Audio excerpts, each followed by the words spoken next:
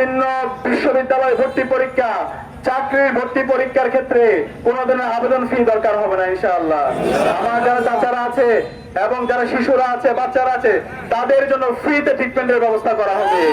যারা প্রবাসীরা আছে তাদের নিরাপত্তা নিশ্চিত করা হবে। একই সাথে প্রত্যেকটা জেলায় জেলায় মেডিকেল কলেজ স্থাপন করা হবে। যারা নারীরা আছে, আমার বোনদের জন্য মাস্টার্স পর্যন্ত ফ্রিতে পড়াশোনার ব্যবস্থা করা হবে ইনশাআল্লাহ।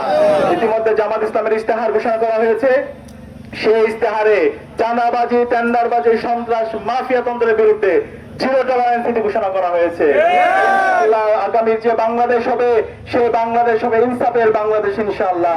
ডাক্তার শফিকুর রহমানের নেতৃত্বে আগামী যে বাংলাদেশ হবে, সেই বাংলাদেশ হবে সকল মানুষের অধিকার আদায়ের বাংলাদেশ ইনশাআল্লাহ।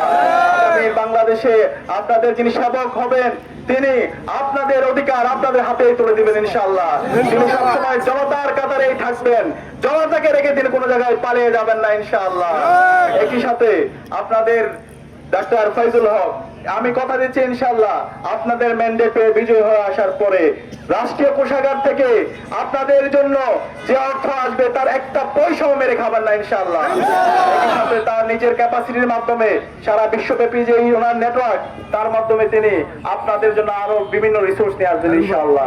আমরা আশা করছি আমরা সবাই ঐক্যবদ্ধভাবে আমাদের তরুণ যারা আছে, আমার যারা চাচারা আছে, খালারা আছে, মারা আছে, সবাই ঐক্যবদ্ধভাবে ইনসাফের প্রতিনিধি দাঁড়িপাল্লার ক্যান্ডিডেটদেরকে আমরা আগামী 12 ফেব্রুয়ারি ব্যালট বিপ্লবের মাধ্যমে ব্যাপক ব্যবধানে বিজয় করে আসবো ইনশাআল্লাহ। এই নির্বাচনে বিজয়ের মাধ্যমে তিনি জামাত ইসলামের বিজয় চান না। এই বিজয়ের মাধ্যমে তিনি কোন পরিবারের বিজয় চান না, কোন ব্যক্তির বিজয় চান না। তিনি বাংলাদেশের 18 কোটি মানুষের বিজয় চান। তাদের সমর্থন পেয়ে ডাক্তার ফাইজুল হক বিজয় হয়ে আসার পরে তিনি আপনাদের শাসক হবেন না, তিনি আপনাদের সেবক হবেন ইনশাআল্লাহ। যে অধিকার গত 55 বছর জুড়ে এই ঝালকাঠিতে যে জুলুমতন্ত্র কায়েম হয়েছে, যে মাফিয়াতন্ত্র কায়েম হয়েছে, যে চাঁদাবাজি, টেন্ডারবাজি, সন্ত্রাসের রাজত্ব তৈরি হয়েছে, এই সকল সিন্ডিকেটকে আমরা ভেঙে দেবো ইনশাআল্লাহ। আমরা এমন নেতা চাই যারা তাদের কথা এবং কাজের মধ্যে মিল রেখেছে।